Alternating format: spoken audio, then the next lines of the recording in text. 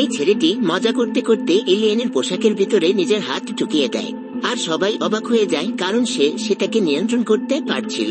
হঠাৎ করে এলিয়েন পোশাক সক্রিয় হয়ে যায় এবং তার হাতকে শক্ত করে চেপে ধরে, যার ফলে সে ব্যথায় চিৎকার করতে থাকে। পুরো শরীরকে জড়িয়ে ফেলার আগে তার বন্ধুরা তাকে বাইরে টেনে বের করে। তারা সেটাকে কাটার চেষ্টাও করে, কিন্তু শুধু সামান্য আঁচড় দিতে পারে। যখন তারা পানি দিয়ে সেটাকে পরিষ্কার করে, তখন তারা দেখে যে আঁচড়গুলো আপনা আপনি ঠিক হয়ে যাচ্ছে। এটা দেখে তারা বুঝতে পারে যে এই পোশাক কতটা বিপজ্জনক। তারা সিদ্ধান্ত নেয় যে এটি সরকারের হাতে তুলে দেবে।